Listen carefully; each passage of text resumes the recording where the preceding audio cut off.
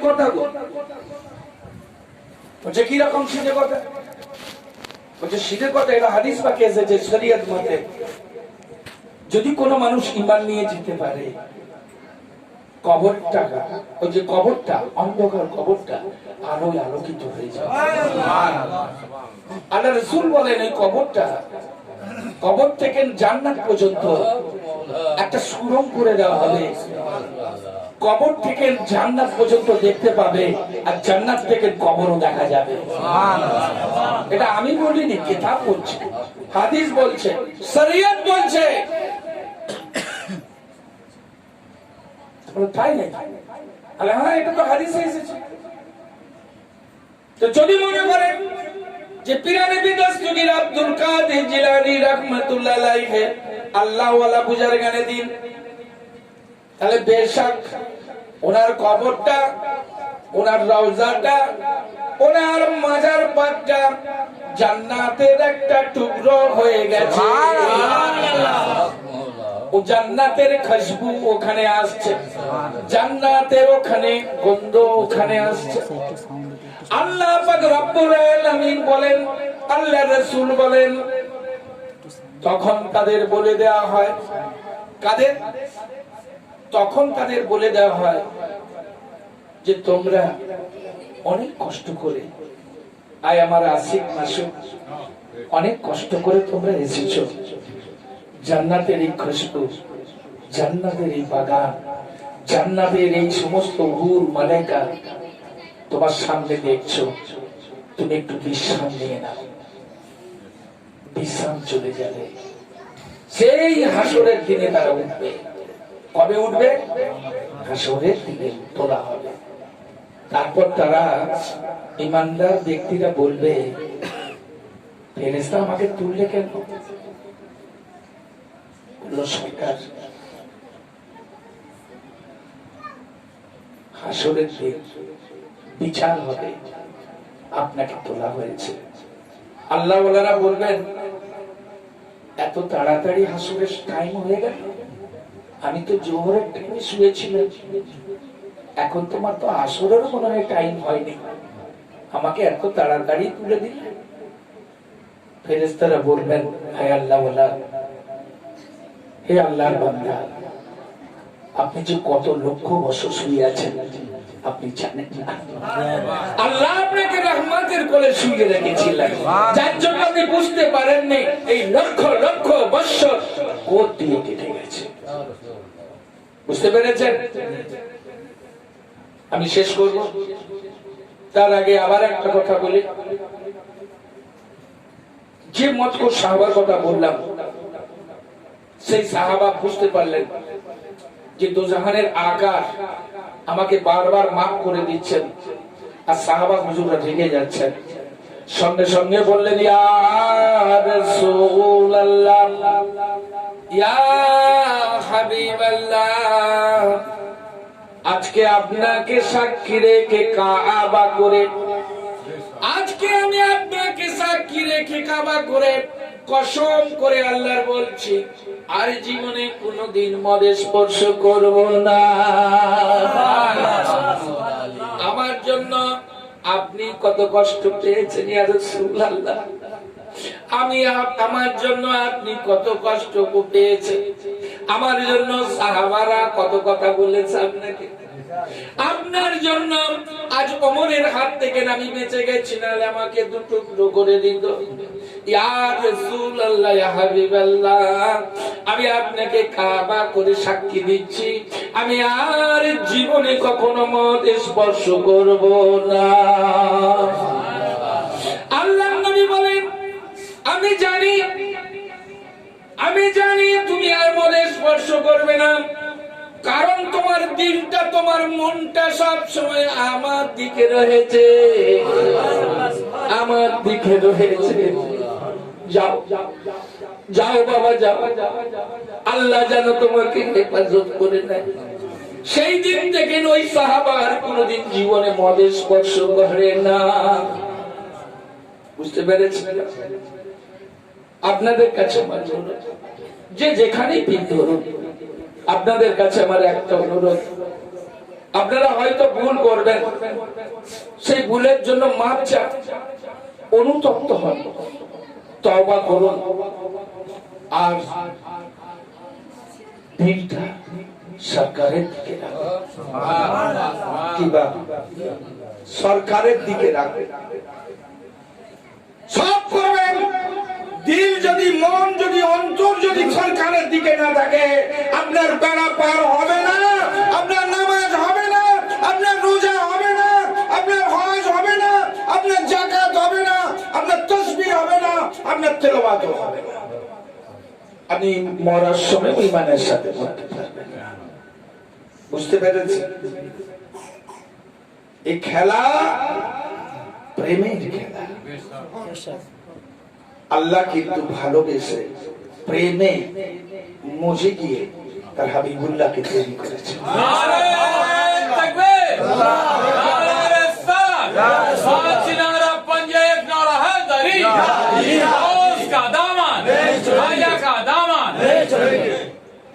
আল্লাহ তার হাবিবুল্লাহকে ভালোবেসে সৃষ্টি করেছে, প্রেমে পড়ে সৃষ্টি করেছে।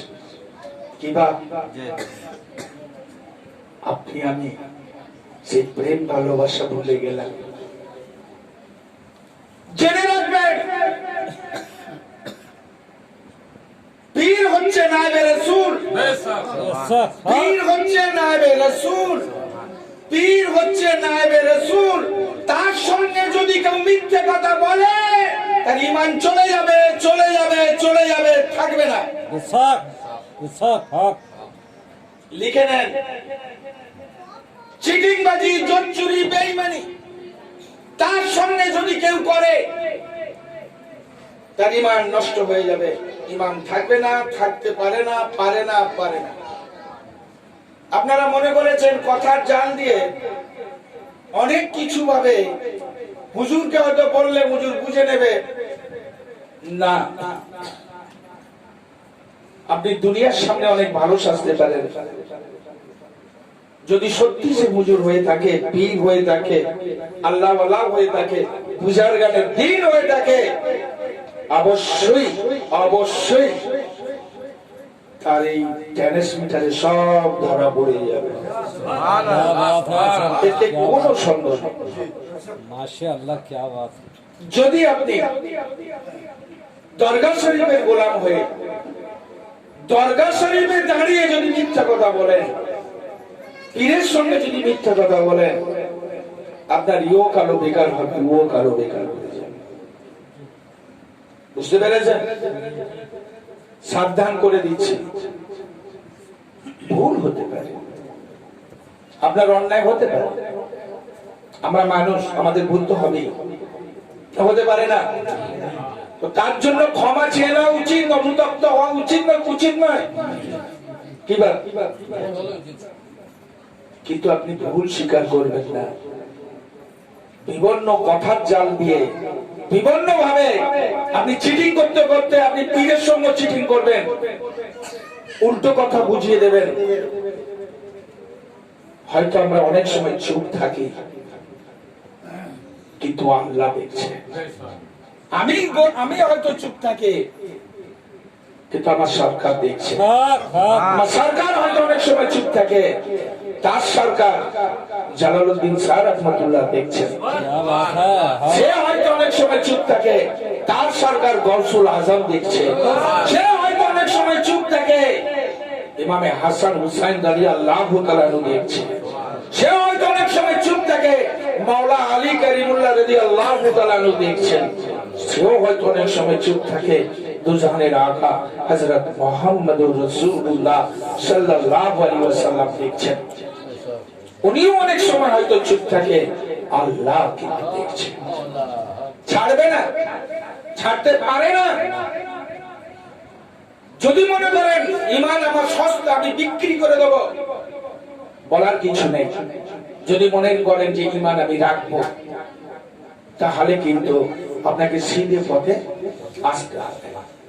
যা ভুল করেছেন, সেই ভুলের জন্য অবশ্যই তওবা, অনুশোচনা আপনার হওয়া দরকার, তওবা মাফ করে নেওয়া দরকার আল্লাহ পাকের কাছে। সরকারের কাছে। কথা সত্যি না মিথ্যে?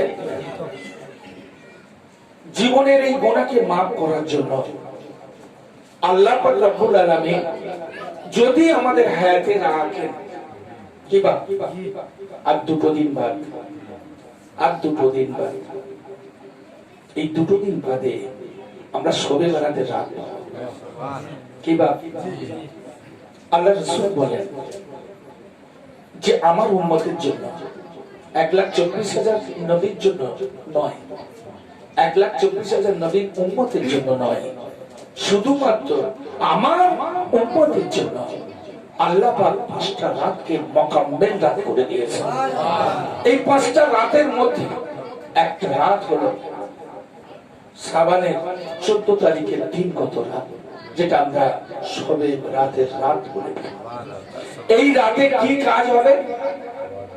এই রাতে আল্লাহ রাসূল বলেন তোমার সারা জীবনের এই গুনাহ সাগীরা এবং কাবীরা, এই দুটো গুনাহকে maaf করে নেবার রাত। এই রাতে আল্লাহর কাছে রহমত পাওয়ার রাত, করুণা পাওয়ার রাত। এই রাত তোমার জীবনকে বদলে দেবার রাত। এই রাত ইমানদার হবার রাত। তাহলে ওই রাতে আমাদের কি করা উচিত? আপনারা বলুন, আপনারা বলুন কি করা উচিত? ওই করা উচিত না তওবা মাফ করিয়ে নেওয়া উচিত? যে মাফ করতে গেলে কি করতে হবে? আল্লাহর কাছে রাহাজানি করা, আল্লাহর কাছে কাঁদা, আল্লাহর কাছে তওবা পড়া, আল্লাহর কাছে সারেন্ডার হওয়া, আল্লাহর ওসিলা দিয়ে, আল্লাহর রাসূলের ওসিলা দিয়ে দুআ চাওয়া, সরকারের ওসিলা দিয়ে দুআ চাওয়া। কথা ঠিক না বেঠিক? সেই রাস্তা আমরা অনেক ভাবে হই হই করে কাটিয়ে দিই, শুধু শুধু রাত জাগি, কোথায় বিড়ি খেয়ে, কোথায় ইয়ার্কি করে, কোথায় পচকুনি করে, কোথায় ফিস্টি করে, কোথায় গোশ রান্না করে, কোথায় রুটি তৈরি করে, এই যেন ব্যস্ত, কোথায় মেহমান নিয়ে, কোথায় ছেলে নিয়ে, বউ নিয়ে। এবার সারা বছর তো ব্যস্ত রইলেন, ঈশার পর থেকে না ব্যস্ত হোক না। ঈশার পর থেকে আল্লাহর কাজে চলে যাও, ঈশার পর থেকে সরকারের উসিলা দিয়ে দোয়া চাও। আল্লাহ রহমান রহিম যদি মাফ করে দেন, আপনার জীবনের গুনাহ মাফ হয়ে যাবে। জোরে বলা যাবে না সুবহানাল্লাহ? আপনারা কি মাফ করতে চাননি নাকি? না আপনাদের কেউ আছে মাফ করে দেবে? যতই আপনি দালালি করুন, যতই টাকার মালিক হন, যতই গাড়ির মালিক হন, বাড়ির মালিক হন, কোটিপতি হন, সারা বিশ্ব আপনার হাতে এসে যান, পৃথিবীর কারো ক্ষমতা নেই একটা গুনাহকে আপনার মাফ করে দিতে পারে। যদি মাফ কেউ করতে পারে, ও রহমান করতে পারে, ও রহিম করতে পারে, ও করিম করতে পারে, হ্যাঁ আল্লাহ করতে পারে। সুবহানাল্লাহ। কি বাবা অন্য কারো ক্ষমতা আছে? না। শুধু ওসিলা করুন, শুধু ওসিলা বানিয়ে দেন।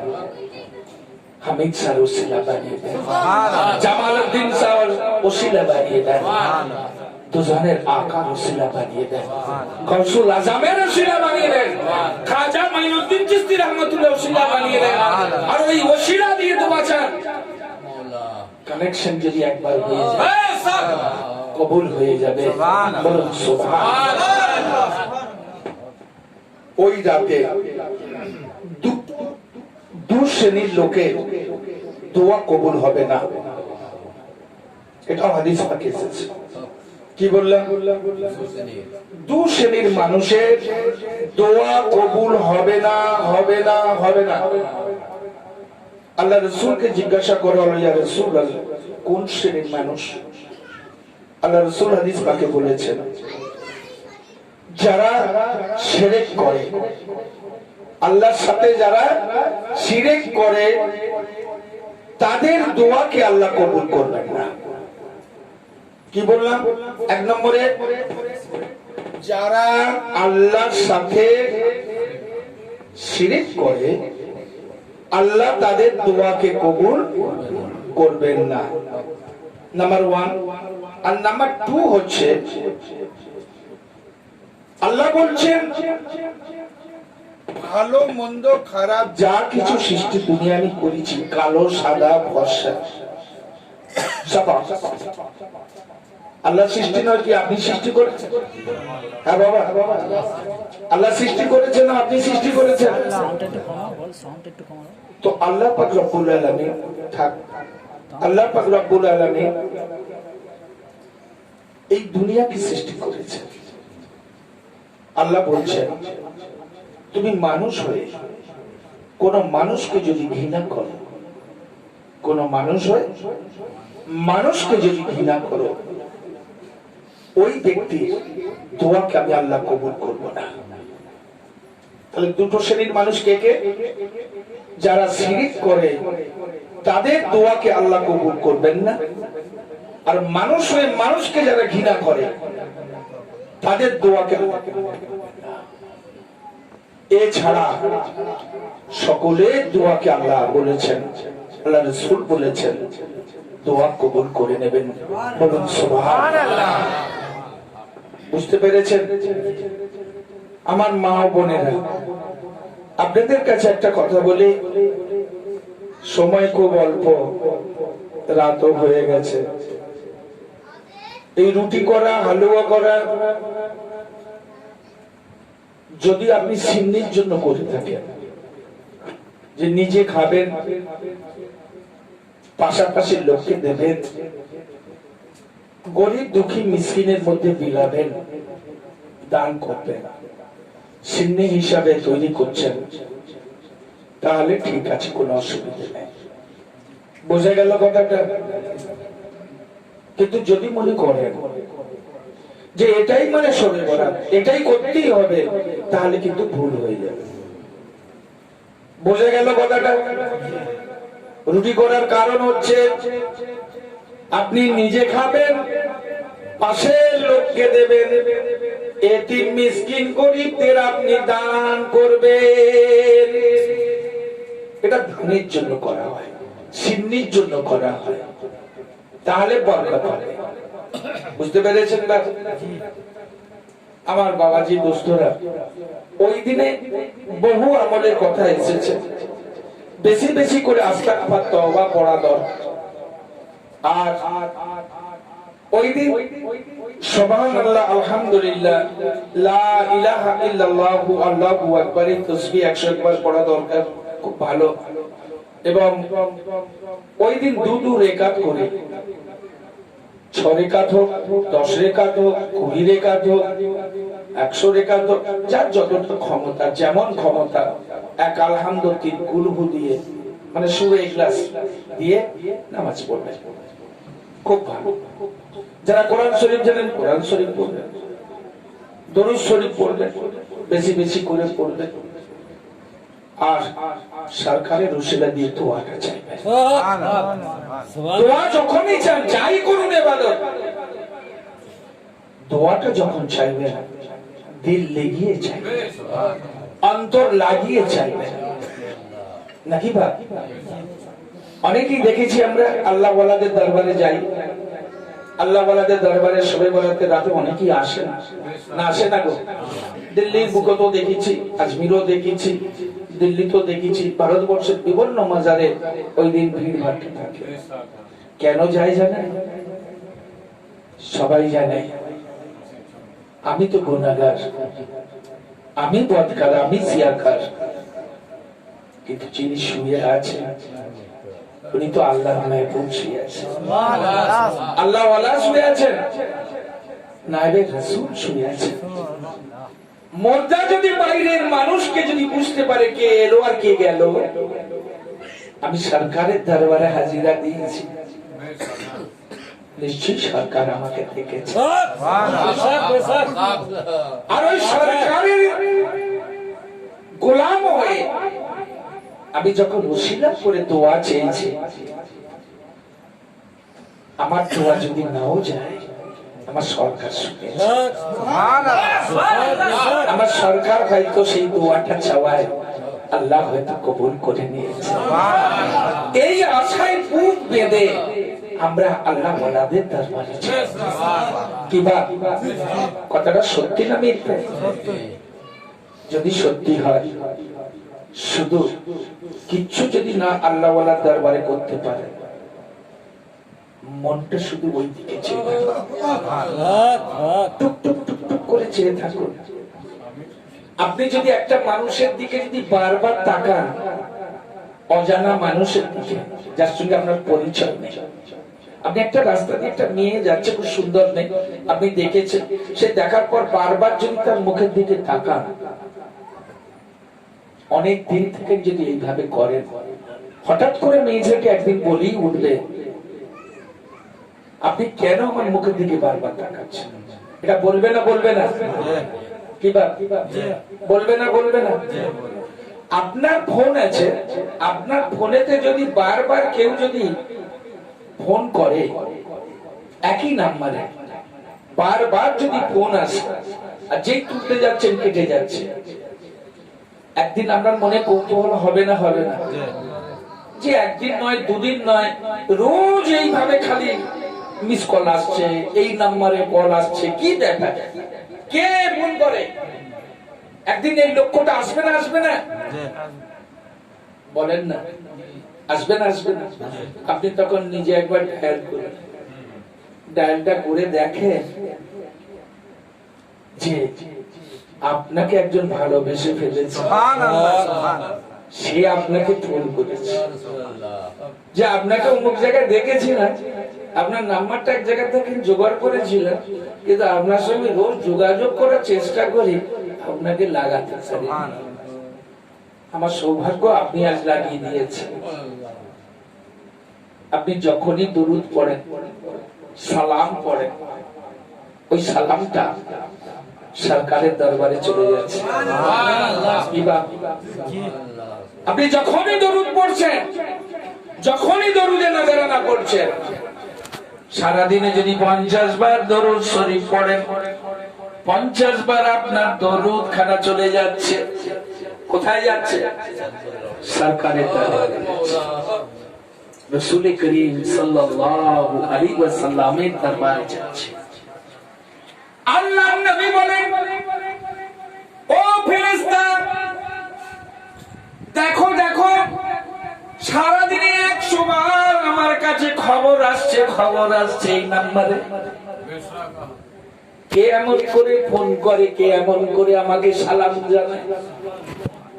ফেরেশতা বলেন, হুজুর, অন্য কেউ নয়, রাজখোলার গ্রামে কিছু মানুষ আপনাকে সালাম জানিয়েছে।